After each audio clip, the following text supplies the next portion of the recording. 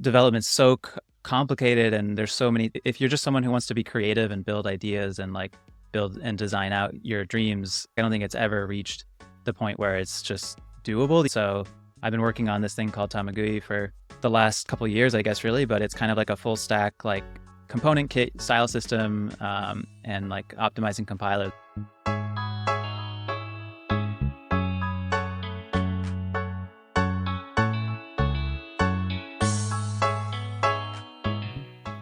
Hello, welcome to the DevTools-fm podcast. This is a podcast about developer tools and the people who make them. I'm Andrew, and this is my co-host, Justin. Hey, folks. Our guest today is Nate Wienert. Nate is the creator of Tamagui, which is a UI kit for building cross-web React Native apps. Nate, it's really awesome to have you on. Before we dig into the episode, though, would you like to tell our listeners a little bit more about yourself? Yeah, sure. Thanks for having me. I guess, I don't know. I've just been like tinkering with like making apps and stuff since I was like, in high school. Kind of like came on board with, I think I actually just hired some guy to do like a PHP website for me once, because I was doing like just design and like basic HTML, and I couldn't figure out how to do backend, and then just very slowly worked my way up into like Rails. Eventually, I think that was like a big turning point for me where I was like, oh, I can actually build stuff. And I think like the theme of my entire like development career has just been that I feel like development's so complicated, and there's so many, like if you're just someone who wants to be creative and build ideas and like build and design out your dreams, it's never like, I don't think it's ever reached the point where it's just doable, even if you're decent at programming. Like even if you're a really good programmer today, like myself, like I still don't feel like I can quite like pick up something and just build that thing without maybe spending like months and months and like dealing with so many unnecessary complications. So I think in some way or another, I've been trying to help that come along. And I think, that dream of kind of Rails, I think Rails was the closest I ever got to like, I can ship, something that I can imagine within like a few months or something like that and actually have it be nice. And so I've been working on this thing called Tamagui for the last couple of years, I guess, really, but it's kind of like a full stack, like component kit style system, and like optimizing compiler that kind of, I think, one of the big, I think, problems in building a cross-platform app that runs on native and web is that you end up with either sacrificing a lot, like sacrificing the intuitiveness of how do you style, and then, or if you do get a really nice style library, then you end up sacrificing performance because that style library has so many abstractions. And so that's what Tamagui is trying to solve, is like, if I can have a nice style syntax, but also not have it be like terribly slow on the web and use actual like web primitives, that would be the dream. So trying to make it work. And yeah, I guess that's kind of like a high level view. So we'd like to thank Raycast for sponsoring our podcast. Raycast is an app for Mac that's like Spotlight with superpowers. Besides just quickly opening files, URLs, or apps, it provides clipboard history, window management, schedule overview, and more. It also has a clean React-based API and an extension store to distribute your own custom extensions. Raycast has lots of cool things built in, but the community provides a lot of extensions that are even cooler. One of the most useful use cases for an extension is actually within your own team, though. With a custom Raycast extension, you can codify your team's workflows and all the information your team needs to access about the projects you work on. An example of this I recently saw on Twitter is a developer from the Storybook project. Varun took all of Storybook's design system and tokens and put it into a Raycast extension. With just a keystroke, you can access any of those values and copy them to your clipboard. You can even convert between color values and color representations. Yeah, and to add to that, you should also try Raycast Pro. That's their premium feature, but with Pro, you can take advantage of Raycast AI, which is extremely awesome because it lets you do all kinds of typical AI tasks in line with whatever app you're using on your Mac. So you can summarize text or translate text. A lot of really cool functionality there. You also have other interesting features like Cloud Sync. So if you have multiple Macs, you can sync your Raycast configuration across different apps. And it gives you things like custom themes. So it's really cool. You should definitely check it out. To learn more, you can visit raycast.com, or you can go listen to episode 38 where we talk to Thomas, the CEO, about the product and how it's built. This is a pretty awesome endeavor. So when I worked at Artsy, we had a React Native app and a web app, and we tried to do sort of the same thing. So their design system palette is we wanted to share across platforms and eventually just split them. But it's interesting because you're right. There's a lot of interesting challenges. So like we had evaluated like React Native Web back in the early days, and that there are just a lot of trade-offs, and some of the old solutions are pretty clunky. So I'm curious. Had you tried this before, like on some product that you're working on before you started Tamagui, and sort of what led you to the approaches that you've taken so far? Yeah, so I mean, in a sense, I've worked on this a few times. Like I think Tamagui, you could consider it almost my third or fourth try at some sort of like UI system like this. But I was working on something that was similar to React Native before React Native exists, but it was more similar to Cordova maybe, but like really trying to replicate the iOS look and feel like almost perfectly, just using like React, which is very complicated. So that was kind of a first attempt, and then I met up with a co-founder through that, and we raised money through like really good investors. I moved to the Bay. I never lived, in San Francisco or anything, but I moved to the Bay to do that startup. It was a dev tools focused startup. And it was also had like, I mean, it was a little bit more ambitious. It was maybe like we modified, we actually modified JavaScript. We took Babel and forked it and added like a view keyword. And then inside of there, you have these reactive variables, and there was a whole compiler set up. It was a little bit like like Svelte. I think it was like 3 years before Svelte existed. There's a cool demo video on YouTube. I can link it. It was called Motion, and we actually built it out. It was really interesting. Like the HMR was as you typed. Like it was so fast. You could like tweak values in real time. It had a compiler that pulled out CSS from like dynamic values even. So it had like kind of that similar idea behind it. And it just didn't end up going anywhere for various reasons. But one cool like side note from that is that when we first were showing that demo video off to people, we started getting like kind of a bunch of people in our Slack at the time, and like a bunch of people were getting interested. And I remember like Evan Yu of Vue joined our Slack, and he was like, this was like, I think before Vue even was called Vue or something. It was like, maybe it was version 1 or pre-version 1. And he's like, can I take some of these ideas? And we were like, yeah, go for it. So it's kind of cool. Like, I think, we didn't end up launching the project, but there was some influences, I think, down the road that it had on the ecosystem. So, but yeah, long story short is that I definitely have tried this a few times. I was booting up a new project at the end of the pandemic, and it needed to have native support.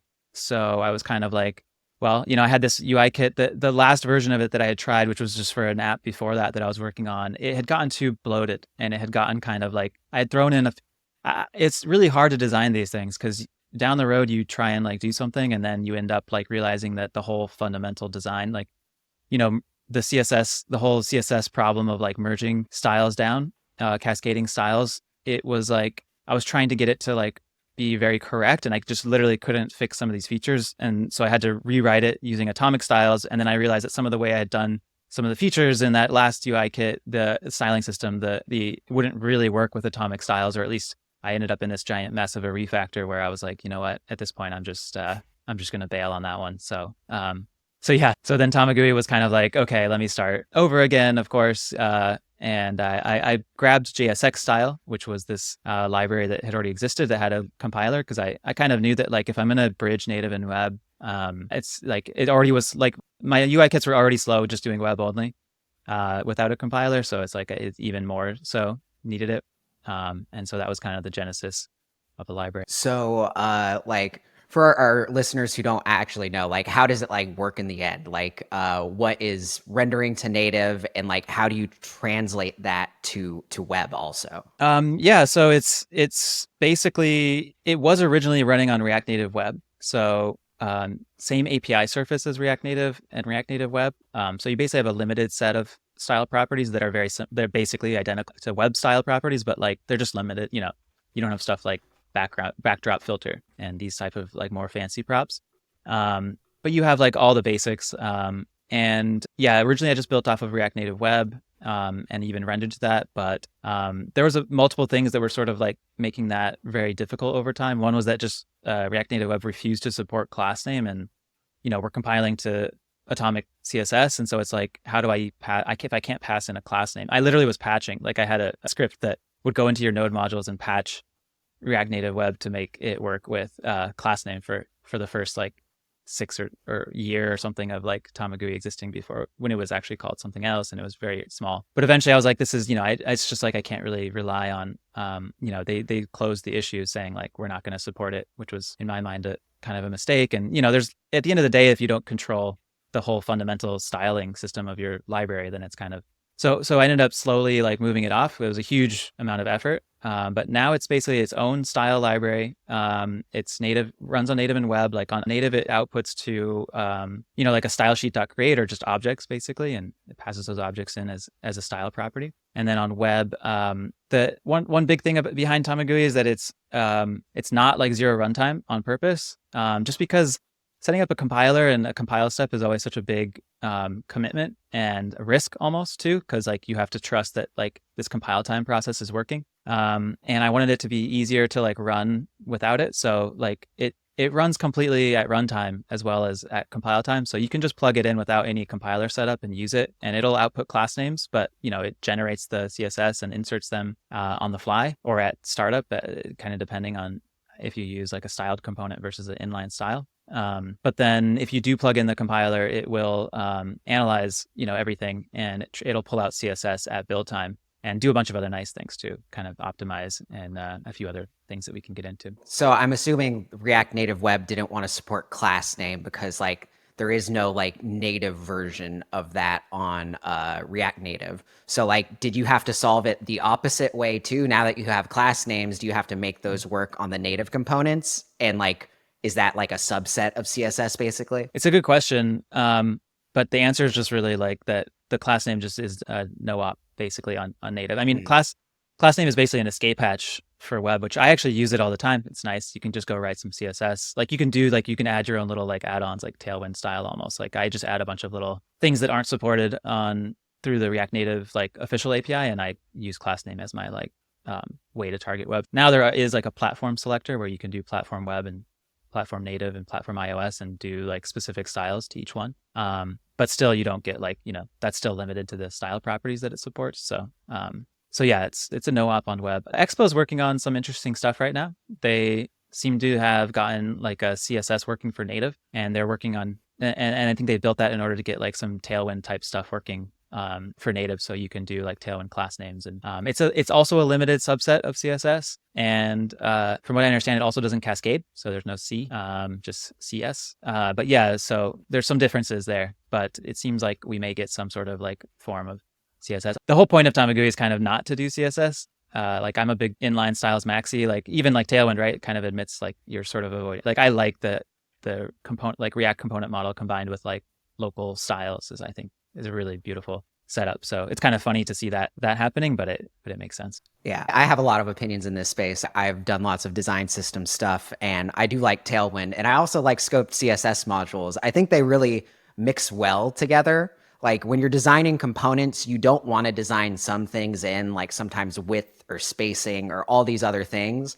And I think utility class names are like such a nice bullet for that. But you could easily argue that if they were just like style properties like you have, it would work just the same. But like combining those two things, I think creates like the most ergonomic design system for sure. Yeah, I mean, I think I actually, people say like, can we get like some Tailwind support in Tamagui? And that's possible. Like I definitely have been thinking about adding like a library that's kind of like maps Tailwind. So you can just use like the exact same props. It probably would be good for adoption and stuff. But the inline props, especially because there's a concept of shorthands in Tamagui. I mean, you can basically get the exact same experience where it's MX equals like whatever, P or all the different like shorthands. The default ones that we have are basically the same, kind of like same idea. And what I like is that you get types too. So you get like it's TypeScript. Auto completes with your just editor without any sort of special plugin.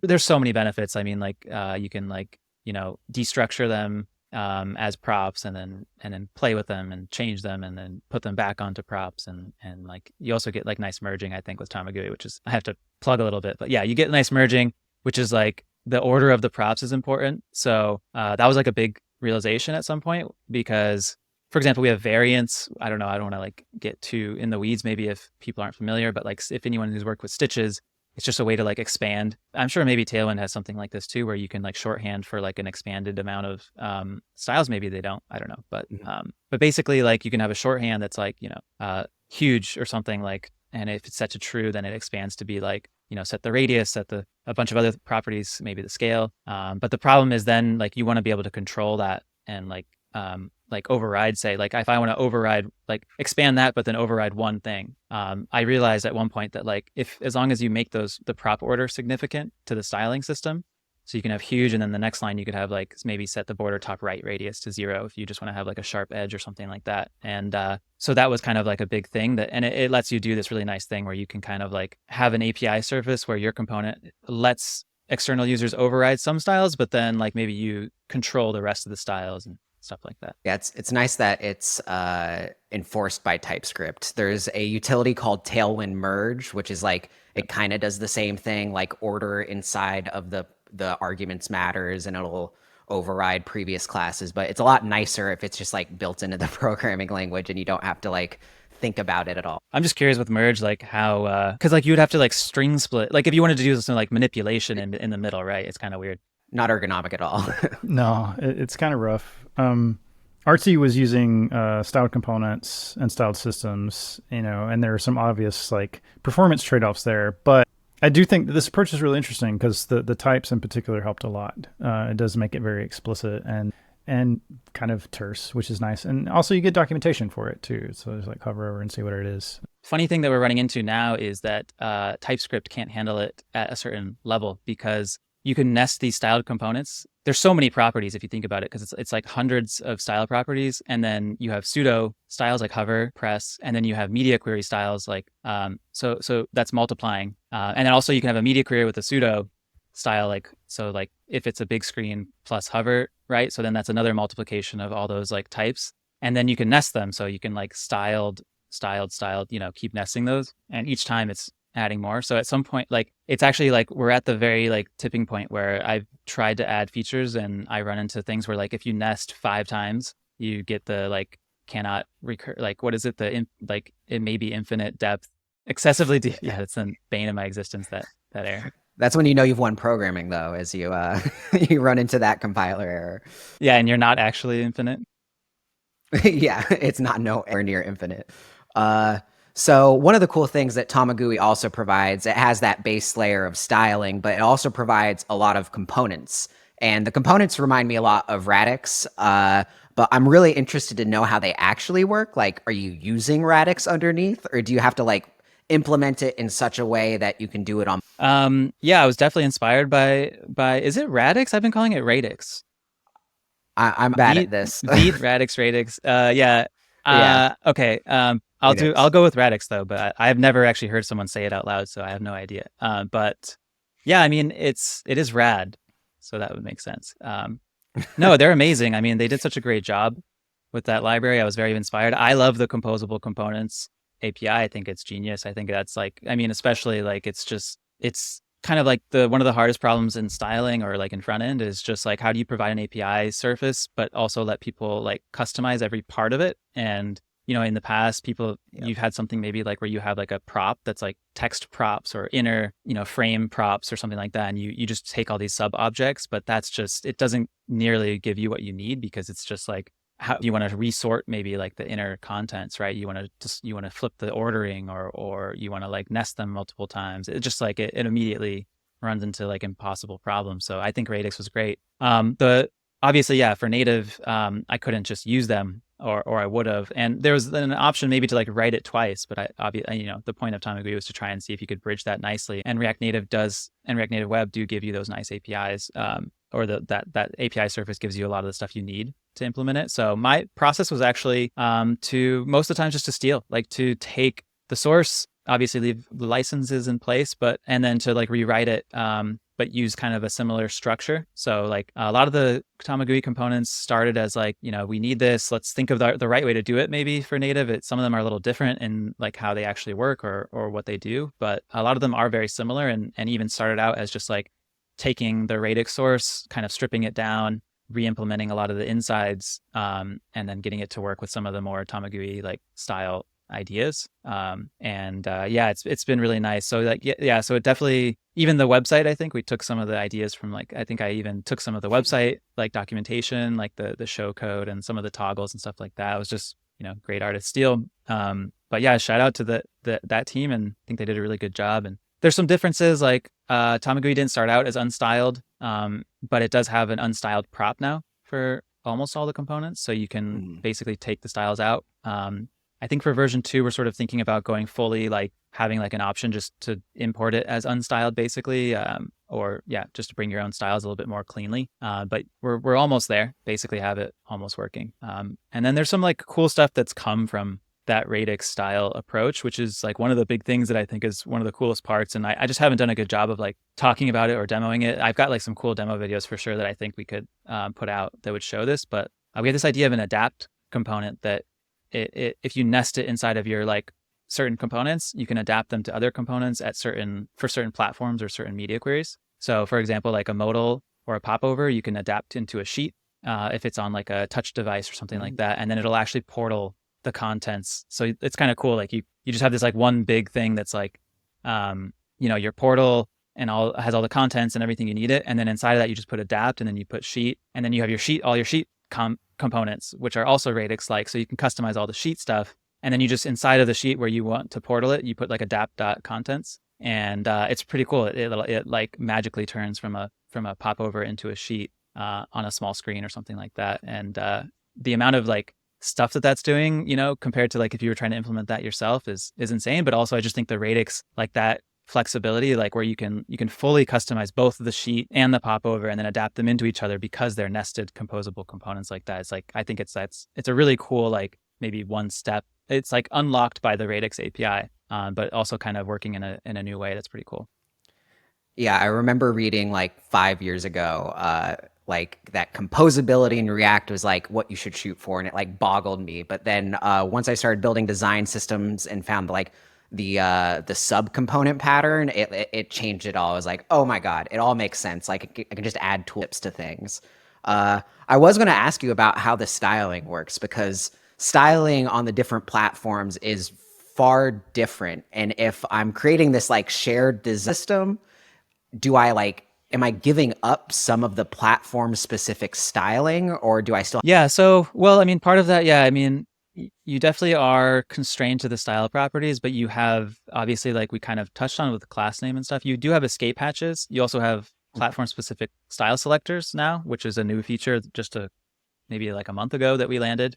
So you do that actually is pretty nice. And then I think there's also in just React native in general, they have this idea of like actually just fully forking things by using a file extension. So .android, .web, .ios, .native. So we use that, like even internally in Tamagui, for example, the popover is actually just, well, it uses floating UI, which is shout out to floating UI, amazing library by the guy who made, I think it was called, what was it called before that? Like Popper, I think. Popper, something like that. Yeah, I think his name is James. I don't know if I remember his full name right now, but yeah, I mean, he's done this before, and it's such a good like library. But it works on native and web, but they're like, there's different levels of support. So for example, for that component, we have like a .native version, and they share a lot of things, but they also diverge in a few significant ways. And I think that's like a nice like kind of escape hatch. So yeah, the escape hatches in Tamagui are pretty good. You have if you just need like different styling, you have the style selectors. If you need like web specific styles that aren't supported, you have class name. And I guess you could use an inline style prop, because the style property technically will accept like any style, valid style as well. And then you have the file extensions for complete divergence. Yeah, an interesting thing that we'd always had a challenge with was so some of the there are some nuances with like the flex layout in React Native that can be sort of weird and require like different markup. That was always one challenge. And the other thing was it was sometimes hard to build accessible web UI. Like you had to be very careful in doing that, because it was really easy to leave it out. And especially it depends on who was building the component and what experience they had. So it was like a few different things of like ending up with sort of weird markup depending on the platform you're targeting. And sometimes that created a split. Platform specific features like accessibility things dropping out. Do you have any recommendations for people? So let's say they're picking up Tamagui and they're like building out a product with it, like about how to sort of approach some of these like platform differences or how to think about developing across all these platforms. Yeah, that's great. A great kind of like interesting point. There's like a lot to it, I think. I would say, well, one thing is that definitely React Native web and in general React Native are getting better about a lot of this stuff. Like you touched on the flex differences. I think the newer versions of Yoga, they have like a much more, there's like you can opt into the newer like mode that's much more consistent. That's pretty cool. On the like accessibility prop side, React Native and React Native Web are both moving towards supporting much more like standard web properties. So the ARIA properties are now supported. Data attributes are now supported kind of in a standard way. They're definitely like, they had a bunch of like, they had like these weird properties like data set or like accessibility props that were different. And now they're deprecating most of those and moving to like web looking ones, it's very nice. We use ARIA properties internally. I think there's a suite of hooks called like React Aria, I believe, that's that does work on native as well. So probably if you're like also concerned about really getting a high quality there, you could check those out. Tamagui I tried to keep all the radix accessibility stuff in place as I adapted it to native. So I'll admit that it's not the best tested, but we do have pretty good keyboard controls and all this sort of stuff. Like, there are abstracted, like one nice thing about React Native is that it abstracts those APIs, like keyboard APIs are kind of standardized across platforms and stuff like that. So, but yeah, I mean, my recommendation is actually usually just to just build it for one platform. I mean, like it's pretty rare that your first version of your app needs to be cross-platform. The nice thing about Tamagui is that you have that optionality. And I really think that like one thing that I have to get around with Tamagui is like people maybe see it as like, oh, well, that's only good if you're just doing both. If you're just doing native and web, then use Tamagui. Otherwise, probably use something else. But I really do think that it competes with anything, like any pure web library. I mean, some people may like not like this idea of using class name for some stuff, but I mean, the other features in Tamagui are just really, there's like some really, really well hard fought kind of like abstractions and features that are in some of these components. And like the style system in general, I think is kind of on par with most style systems in terms of like, the type coverage, the feature set. It's really complete. It's quite fast. And I think when you add in the optimizing compiler, which is pretty unique, you actually can get faster runtime performance than almost any other, like even just like the really pure web focus, like even the zero runtime web focus sort of stuff.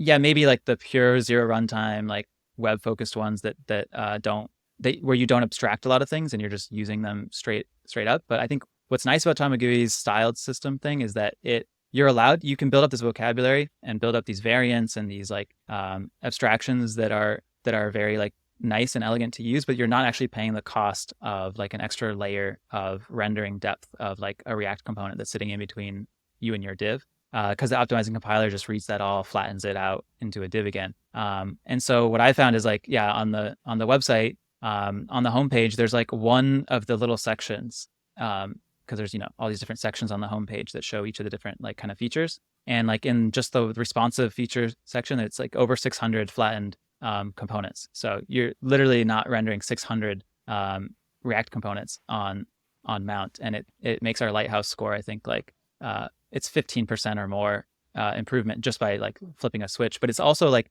the Lighthouse score is maybe even not in the best improvement, because Lighthouse is actually maybe more sensitive to like the amount of JavaScript you run, and that's where like zero runtime really like helps. Whereas Tamagui core is about 20 kilobytes of JavaScript, and we also add the website has every possible combination of features shown on the homepage because we're trying to show off all the all the stuff and all the components. But the runtime performance is where it really shines, because like you don't pay that cost on the next renders, and like if you have a lot of elements being rendered out, you can feel it, and it's pretty cool to turn it on and off and like, oh wow, this whole area just feels like much faster. So yeah, I don't know where I started on that answer, but just plugging it in, I guess. Like there's these differences in native and web, and like I think Tamagui does give you some escape hatches, but yeah, I definitely want to counter this. Like I would love to see, I need to make it easier maybe, because the setup process can be, you have to, like I said, we use those platform extensions, for example, like .web.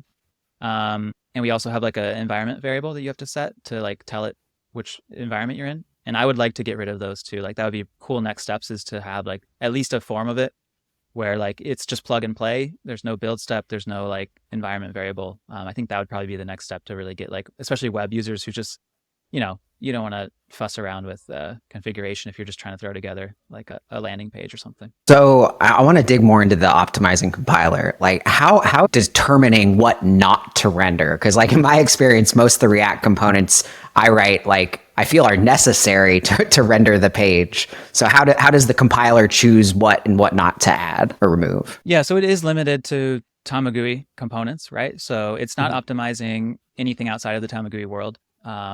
Which is, I think it's fine if that's a good limitation. That would be a very different project if we were just trying to optimize like any type of styling. But yeah, I mean it does deopt in like various cases. So like dynamic styling, if you spread, for example, props, if you're spreading props onto one of your Tamagui views, then obviously we have no idea what those props are.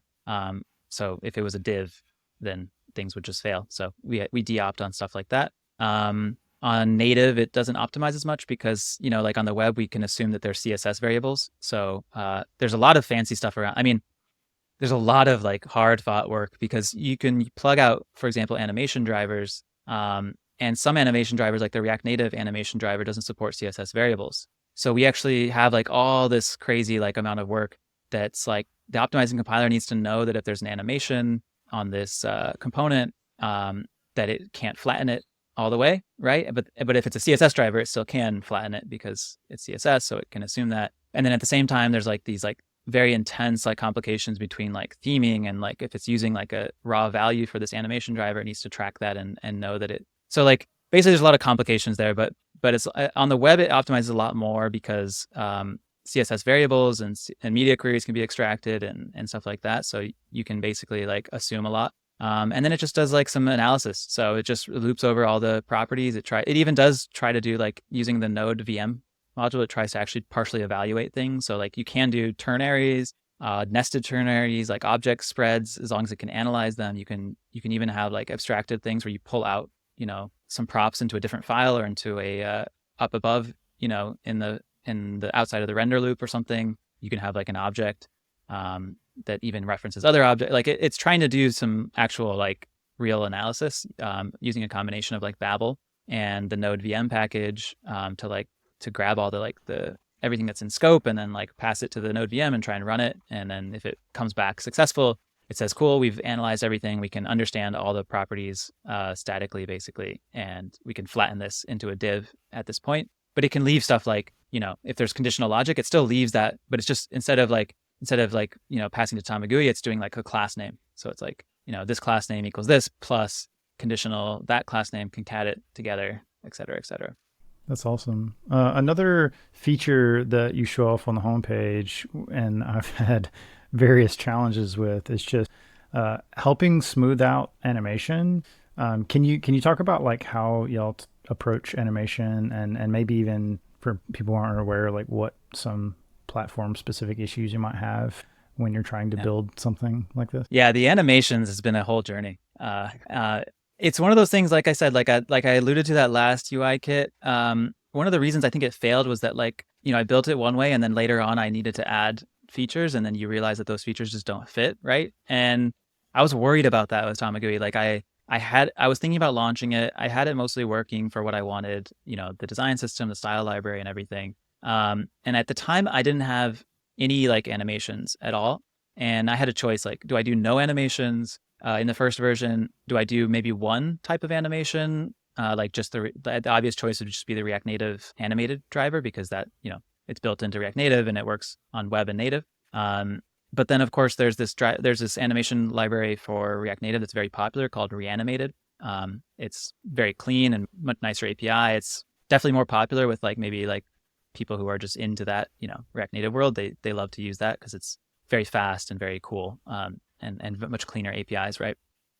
So there was always that looming. And then there's also obviously CSS on the web, just the built-in platform stuff, which could also save a lot of bundle size potentially because the React Native animated JavaScript is like 30 kilobytes, like minified and gzipped or whatever. Like it's a lot to add in for just a website. And so I was at this crossroads, like, do I just ignore it or not? And and it just kind of worried me because like I could tell thinking about it with like the compiler, it's like, well, how do you even, do that? And so I decided to bite that bullet, and I decided to go all the way. It's just like classic kind of developer syndrome of just like, well, I've got to try, I've got to do it.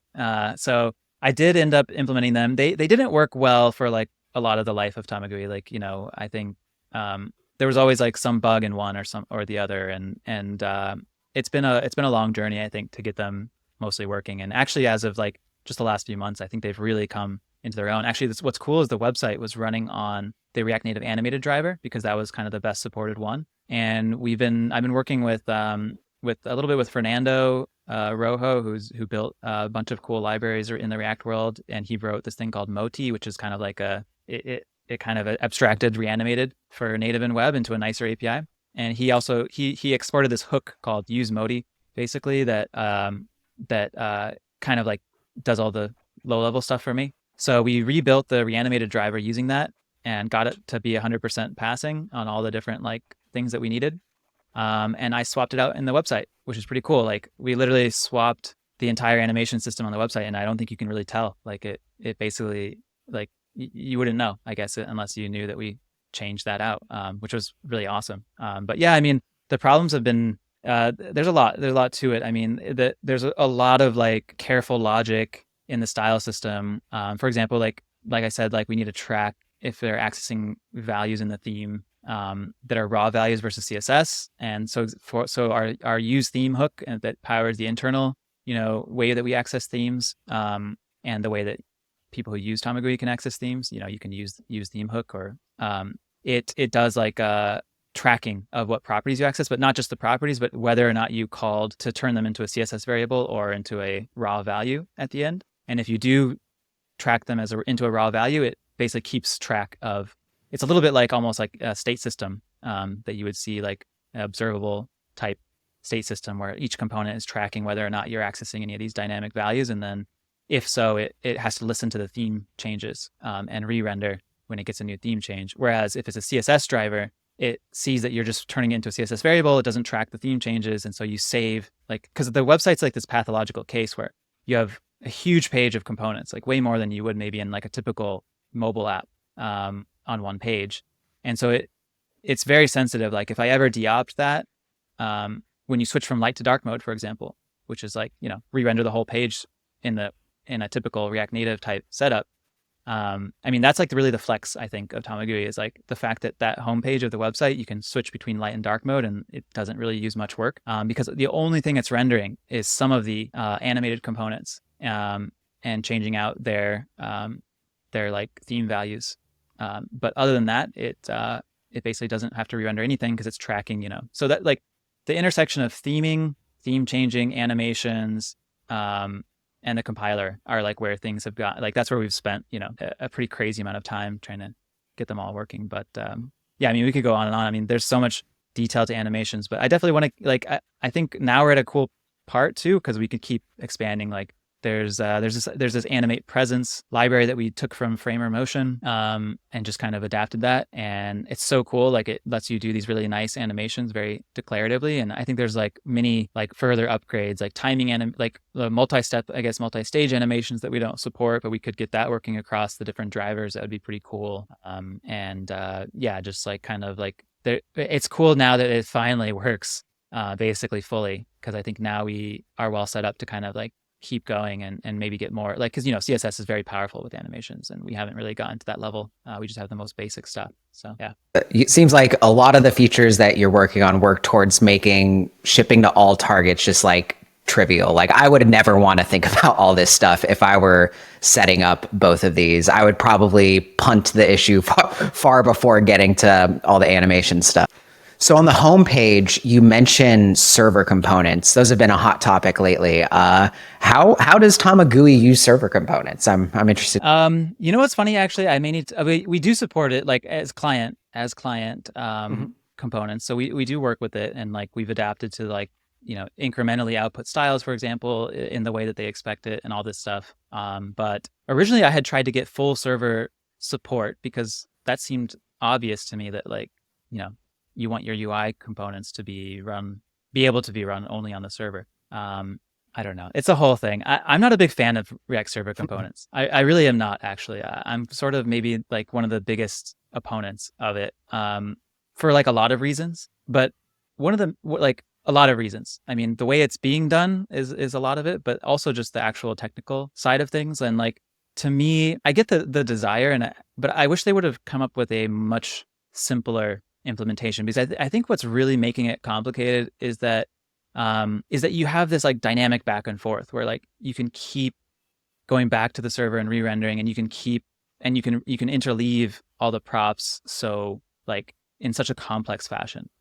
Whereas I think if they had done something more like, you can have this be a server component where it doesn't hydrate, but then maybe you're not allowed to like, do certain things, like you can't pass certain things down, or you can't go back and forth multiple times, or maybe you can just like only you can't have a client that then has a server or something. Like there's like some limitations to how the tree is structured. I think if there was some extra limitations where it didn't try to be so fancy. But my other critique is that like, I want to not hydrate a lot of my bundle, but there's no reason to couple that to React Server components. Like, islands or something is like a concept that a lot of other frameworks have started playing with, but there's no reason that like React couldn't support, like, tell it that this component just can run on the server and never hydrate and just leave it. And like that doesn't have to be like coupled to this entire huge change. And I think so many apps that exist today as SSR apps would love to just be able to say like, here's some markdown content, that I'm rendering in React, but like, just don't hydrate this. Like, I don't need anything inside of there. It's just markdown. Like, I don't need to interleave like some sort of like tooltip or something in there. Or if I do, I can do it in a different way. So I have a lot of different beefs with it. I mean, I think it's fine. Like, I think it works well for web apps. I think if you're building like landing pages and stuff, it actually is a decent model.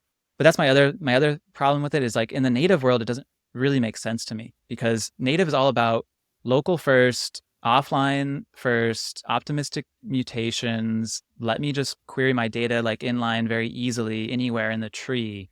And I want to mutate it. And when I mutate it, it should be instantly reflected, and also like, sortable and all this stuff, right? Like, I want to just like, parse or Firebase or any sort of like of these data models where it's like, how linear sort of works, right? Where it's like, it's an app, like it's what we know as like a desktop app or like an app. We used to like differentiate between server or like websites and apps, and the big differentiator I think was that like desktop or like mobile apps were very much like instant.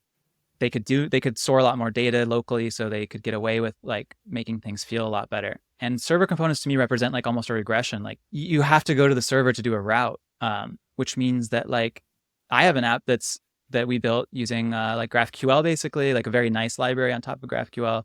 And what's cool is that like it loads, the frames of all the next stuff. It knows the stack view that you're in and stuff. And when you click to go from like the home page to a search page, or to go from search page to a results page, it basically animates that in instantly, obviously.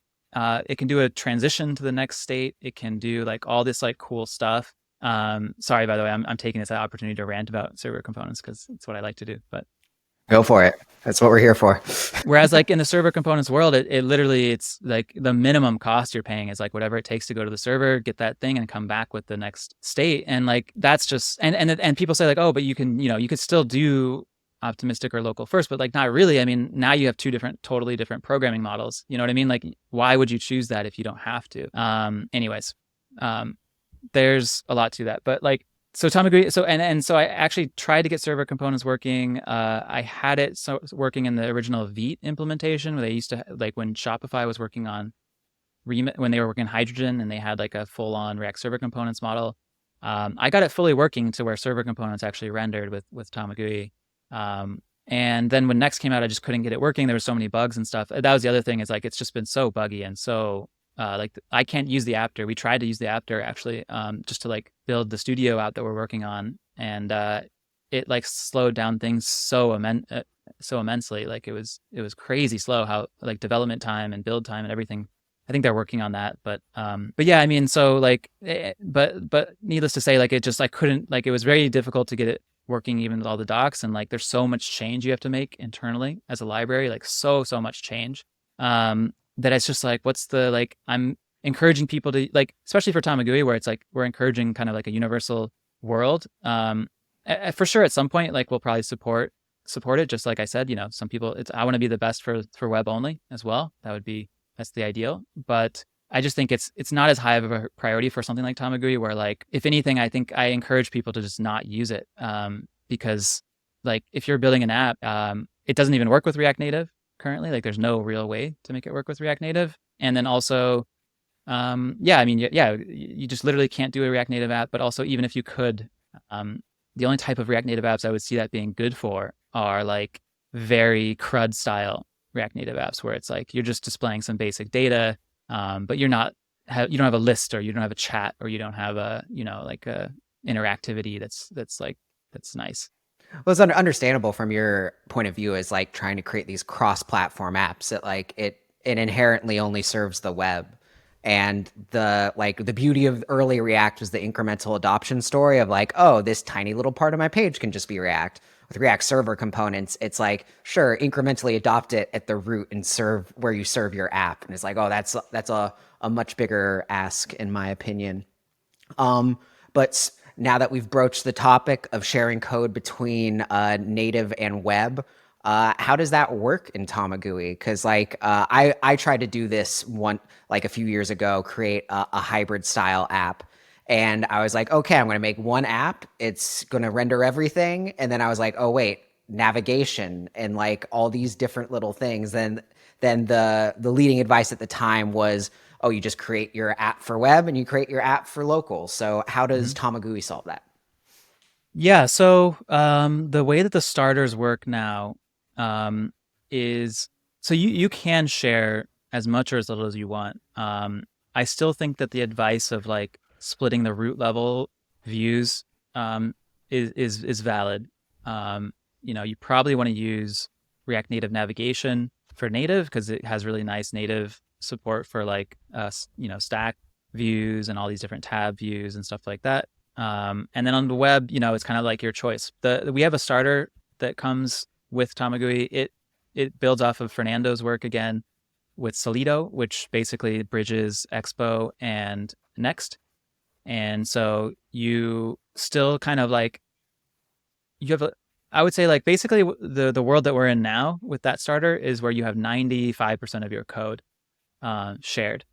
um, if you want. You could always diverge them as much as you want. But like if you want and you can and still get a good experience, I think you can have 95%. And that 5% that's left over is mostly that navigation level. But even that is nice. Like Solido unifies the navigation stuff. So like you still have the same hooks to call like .navigate. It's just on the web, instead of a stack, it's just pushing forward a page and then you can hit back. Whereas on native, it can pop in a page and you can slide back.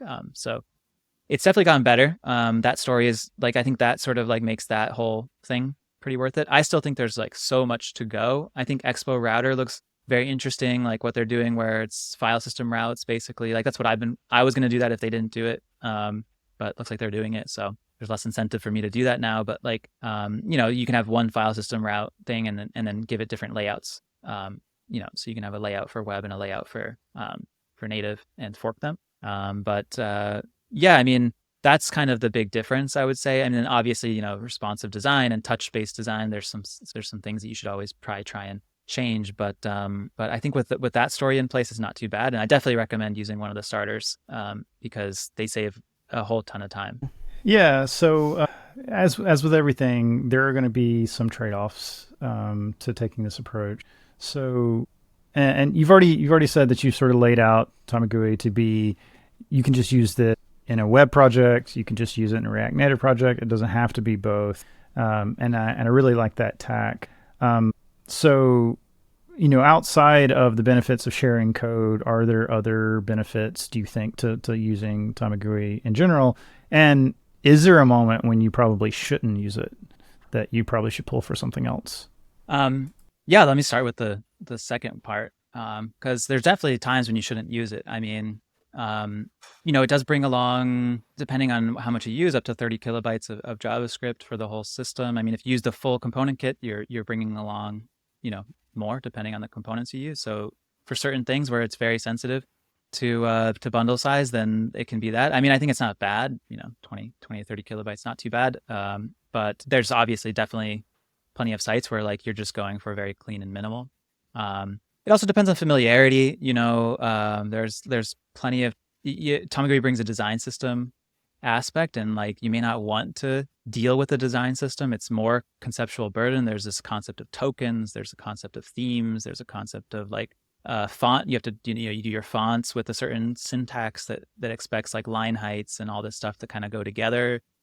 So there's an onboarding cost. There's a cost of like learning all the concepts, and there's definitely more to it than like Tailwind. I give it the benefit that it just really does like you have to learn that, but conceptually there is just kind of like class names. And whereas Tamagui, I think is a little bit more like you have a design system that you can customize. I mean, you can use the off the shelf one, but you also can customize it, and so you'll run into that at some point. And yeah, I mean, I think for very web focused projects where like you're like if you were a studio like an agency, that's building like a very fancy like website, and you're trying to do like scroll effects, and you're trying to do like you know crazy like animations and stuff like that, like intense animations, like obviously you can use class name or inline styles in Tamagui and do that, but I just think like you know that's kind of getting to the point where like if it's web only and you're expecting to go very deep into CSS land, do that. Another example is like container queries, for example. We're working on them. Very excited to get them to land, like very excited. Because yeah, it'll work on native, which doesn't have that concept, but we can obviously add that. So yeah, there's a lot of, everyone's waiting for it, but it's been a lot to kind of figure out the syntax and everything. But like, yeah, for example, like container queries, they pretty much are supported on modern browsers today. So like you would have to sidestep Tamagui, and like that would be its own thing. You could use them, but again, you'd be using like class name and stuff. And so you do have to have that. You have to accept that there's probably going to be some lag time if you want like these universal concepts to be fully supported, like in a way that works with the design system that you have, for example. So yeah, those are different caveats. The setup too, like definitely, there is some setup. And so that's probably the biggest one that we need to work on, because, I think for a lot of people, they just go with what's familiar or what's easy to set up. And it's one of those things it's hard to focus on when you have container queries. It's like container queries or like helping configuration. It's always hard to choose like the less sexy path.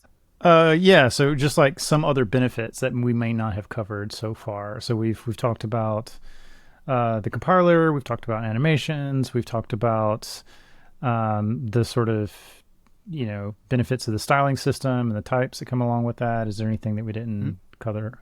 I mean, I think you guys did a great job with those questions, because I mean, those are really like, some of the style system benefits, animations, and all that. The universal thing that obviously the compiler I think is the big one.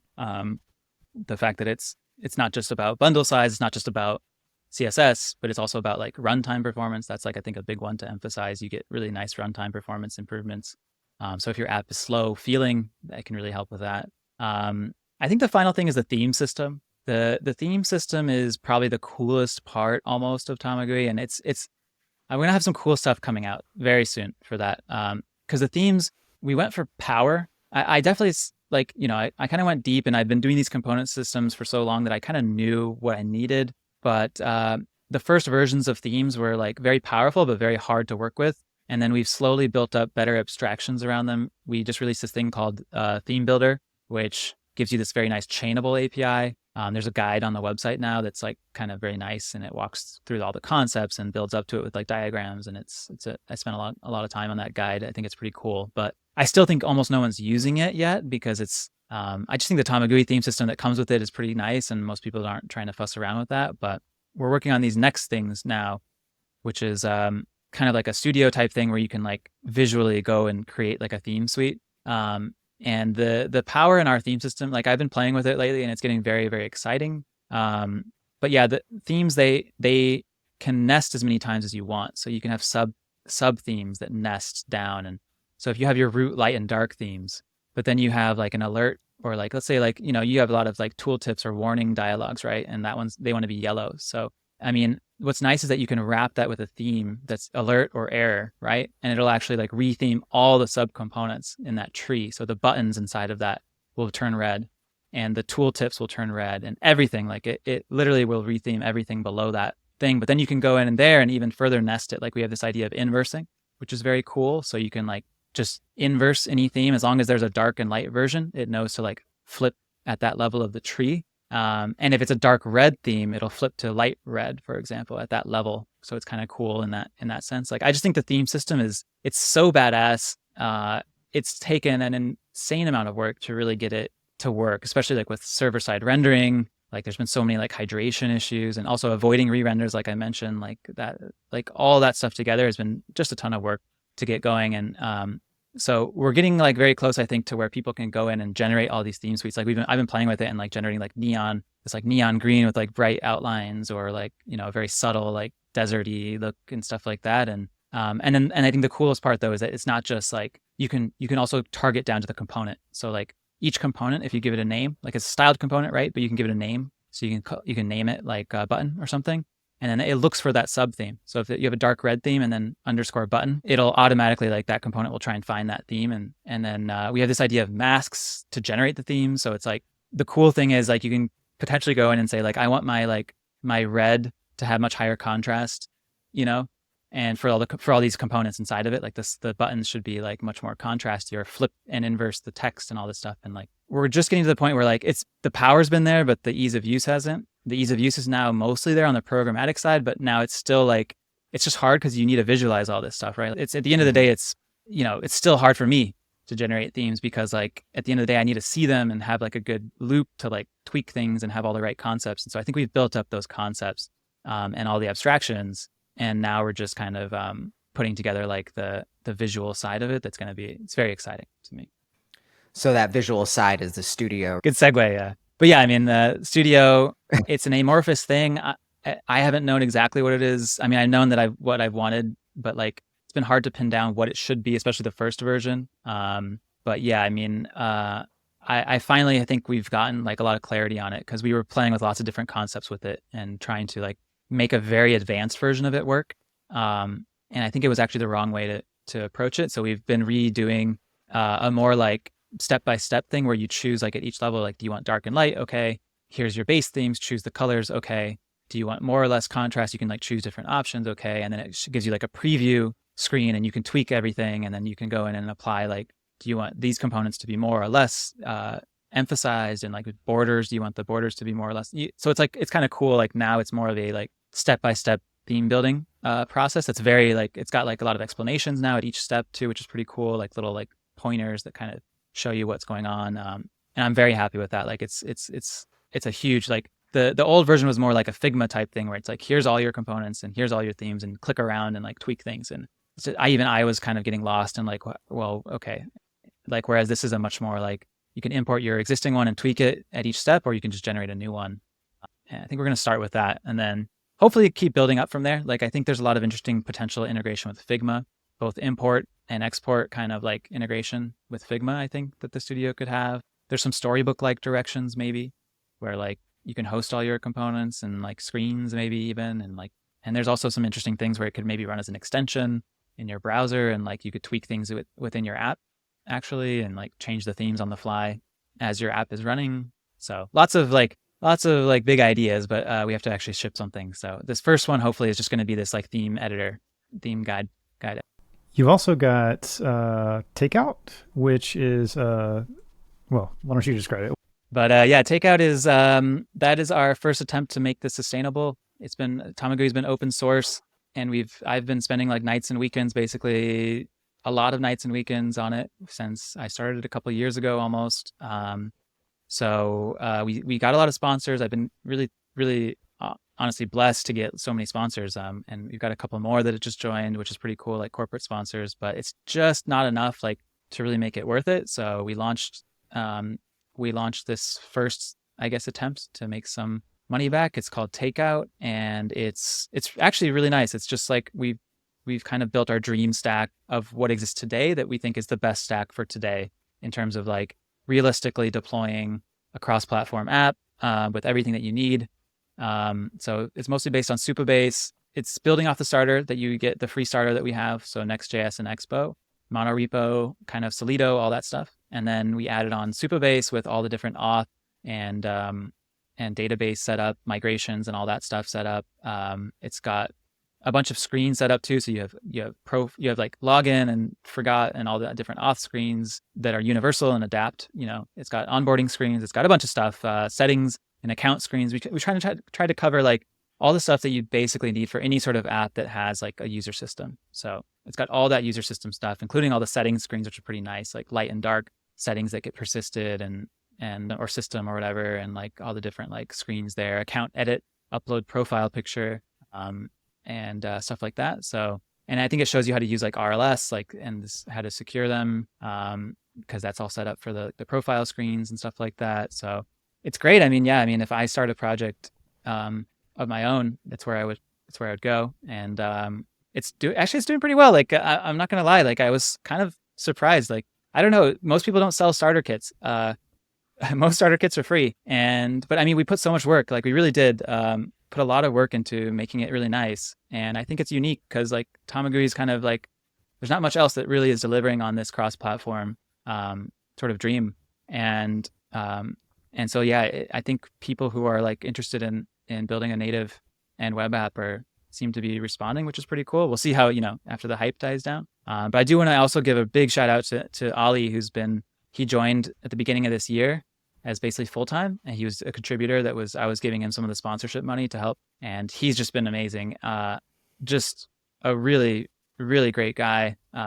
So easy to work with, and just consistently is outputting like really great work. And he's led basically Takeout because it's much more efficient for me to be dealing with all the day-to-day bugs and stuff. So I just basically sit there and like he tells me bugs in Takeout, or people tell me bugs that are happening all over, and I'm just trying to like keep things afloat, and then help him here and there with like decisions and like different little things in Takeout. But for the most part, he drove that project, and yeah, it's been great. Like I feel like we're sustainable, like more than sustainable now. So hopefully that keeps going, and we're thinking about adding on more stuff. Like we got all of Google fonts, for example. We made like a very long script that like subsets them and like converts them into like a nice bundle for native and for web, and like there's even a CLI that you just run a command and it shows you like, okay, copy and paste this here or there, and now you're set up. And so we did that for all of Google fonts, and we also did that for all of the icons on Icones, I think is what it's,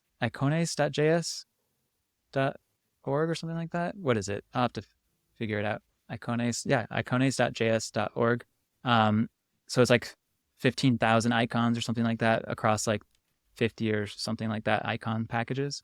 So it's kind of cool. You can plug in, unlimited icons and a bunch of fonts, but I think the plan is to just keep adding on and trying to make that value really high of like more cool fonts, more theme packages, definitely like very interesting theme packages, because we have a couple extras there, but we can definitely add on more. And there's a lot of things like testing. I think we got Storybook working for native and web, but like testing could be a lot better set up, I think, and have a really nice clean setup. So yeah, let's Takeout. Oh, and the bot, yeah, obviously I think that's one thing that's like kind of cool. It's like it sends updates.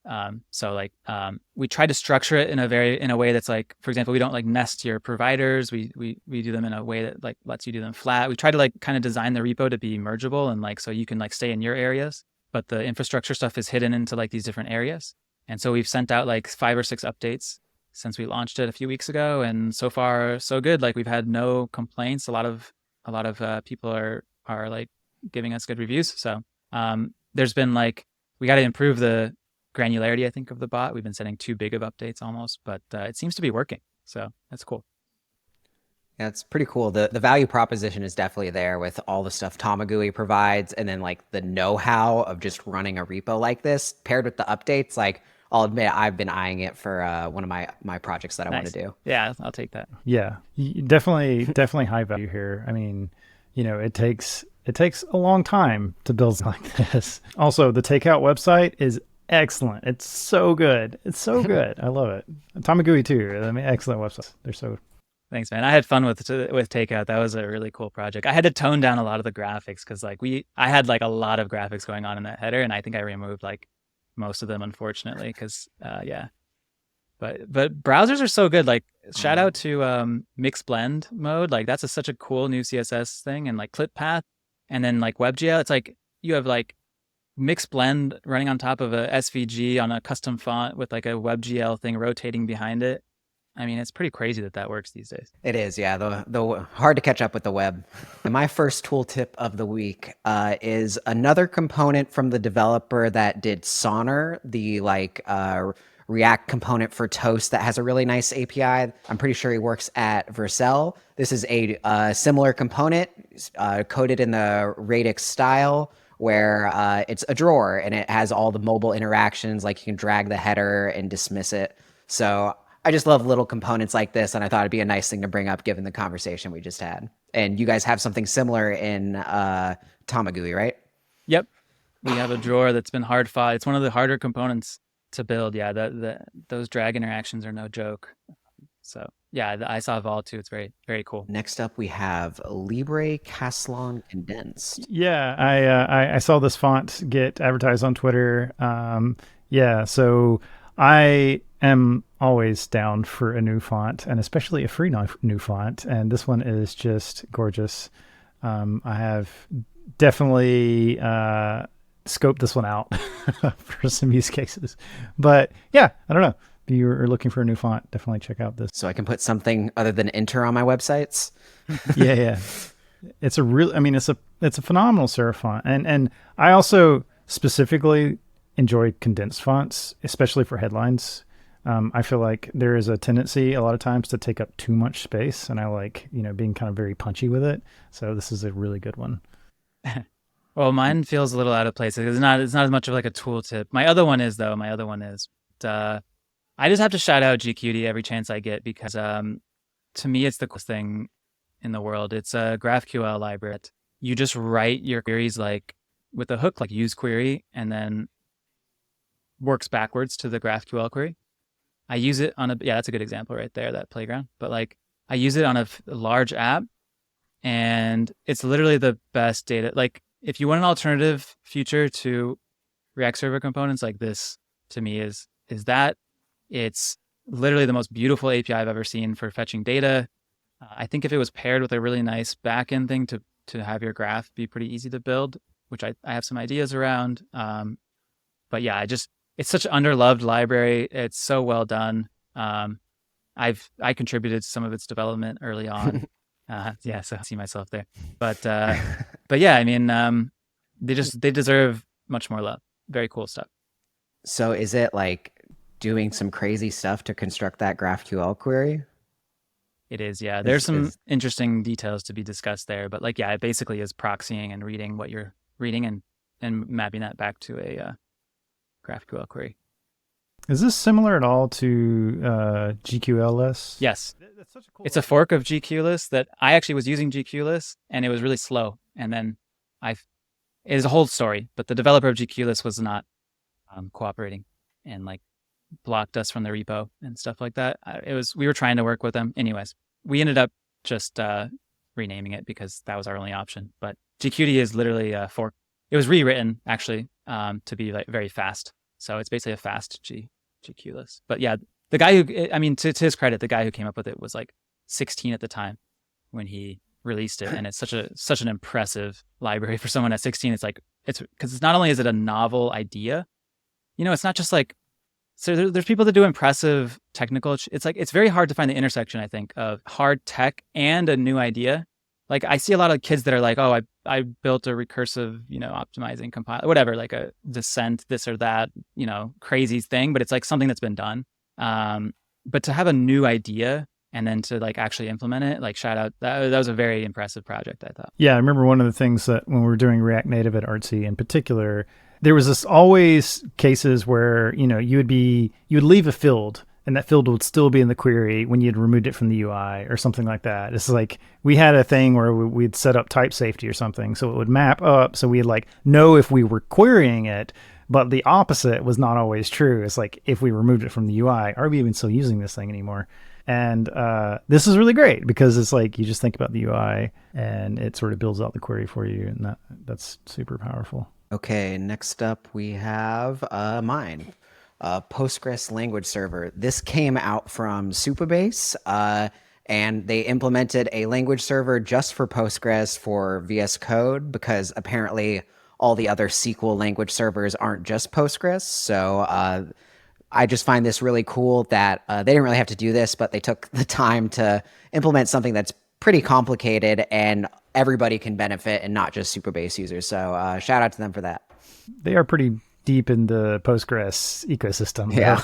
Next up, we have DXOS. Yeah. So my friend Jess Martin has been doing a little bit of work on this, and it is a way of building distributed local first software. So they have like a little demo on their homepage here, where, yeah, I mean, essentially all the things that you can think of if you're trying to make like a sync engine, kind of like Linear did, but maybe not exactly that like that. But yeah, so it's just a sort of a toolkit for building, multiplayer, peer-to-peer, local first applications, and they're doing some really good work there. So if that sounds like something you're trying to do, then check out this library. It's really interesting. That is really cool. And last up, we have another font, Uncut.